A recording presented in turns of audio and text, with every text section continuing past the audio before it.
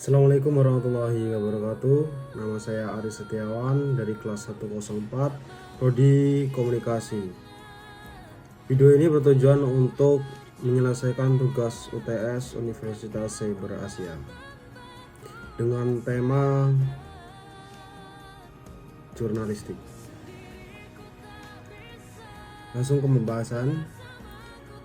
Di sini KPI menegur di acara Uang Kaget, yaitu dinilai mengandung muatan politik. KPI beri teguran tertulis untuk tayangan Uang Kaget. Beritanya, pada Kamis pagi 14 Desember 2023, Komisi Penyiaran Indonesia atau KPI melayangkan surat teguran tertulis untuk program Uang Kaget lagi yang ditayangkan pada 17 November lalu dengan Ibu Liliana Tanusedibjo sebagai bintang tamu. KPI menyebutkan tampilannya Liliana Tanusedibjo telah melanggar pedoman perilaku penyiaran, di mana seharusnya program siaran wajib dimanfaatkan untuk kepentingan publik, tidak untuk kepentingan kelompok tertentu seperti yang ditulis dalam surat tegurannya. Komisi Penyiaran Indonesia atau KPI memberikan sanksi teguran kepada program Kaget Lagi di MNC TV. Teguran administratif itu diberikan karena Chairwoman MNC Group sekaligus Ketum Kartini Perindo, Ibu Liliana Tanusedibjo muncul dalam acara yang tayang 17 November 2023 tersebut. KPI menilai kemunculan Liliana dalam acara tersebut telah melanggar 4 pasal pedoman perilaku penyiaran dan standar program siaran. Pasal yang dilanggar adalah soal kewajiban lembaga penyiaran menjaga independensi dan netralitas dalam setiap program. Kemudian lembaga penyiaran diwajibkan memperhatikan kemanfaatan dan perlindungan untuk kepentingan publik. Pasal lain yang dianggar adalah soal setiap program siaran wajib dimanfaatkan untuk kepentingan publik dan tidak untuk kepentingan kelompok tertentu. Program siaran juga dilarang memberikan kepentingan pribadi kepada pemilik lembaga penyiaran dan atau kelompoknya. Sementara itu, anggota KPI Pusat Tulus Santoso menyebut sanksi teguran ini dikhususkan dalam rapat pleno penjatuhan sanksi KPI Pusat. Dari teguran tersebut meminta MNC TV dan lembaga penyiaran lainnya untuk lebih berhati-hati dalam memahami peraturan penyiaran. Pelanggaran ini diminimalisir jika lembaga penyiaran mengikuti aturan yang ada dalam P3SPS.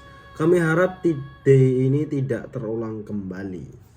Seperti yang dijelaskan di dalam Undang-Undang Nomor 32 Tahun 2002 tentang penyiaran atau Undang-Undang Penyiaran adalah undang-undang yang mengatur tentang prinsip-prinsip penyelenggaraan penyiaran yang berlaku di Indonesia.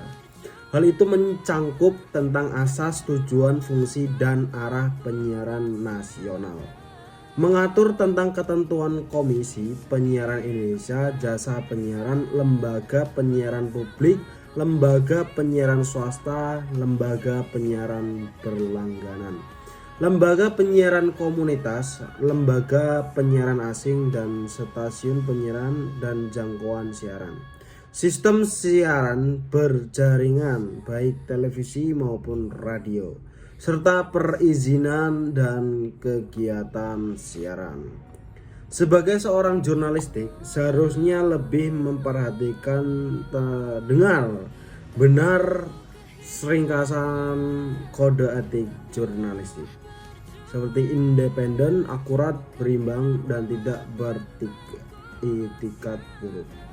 Profesional yaitu ditunjukkan identitas, hormati hak privasi, tidak menyuap, berita faktual dan jelas sumbernya, tidak plagiat, penggunaan cara-cara tertentu dapat dipertimbangkan untuk peliputan berita investigasi bagi kepentingan publik. Berimbang, tidak mencampurkan fakta dan opini yang menghakimi, serta menerapkan asas praduga tak bersalah. Tidak membuat berita bohong, fitnah, sadis, dan lain sebagainya. Tidak menyalahgunakan profesi dan tidak menerima suap.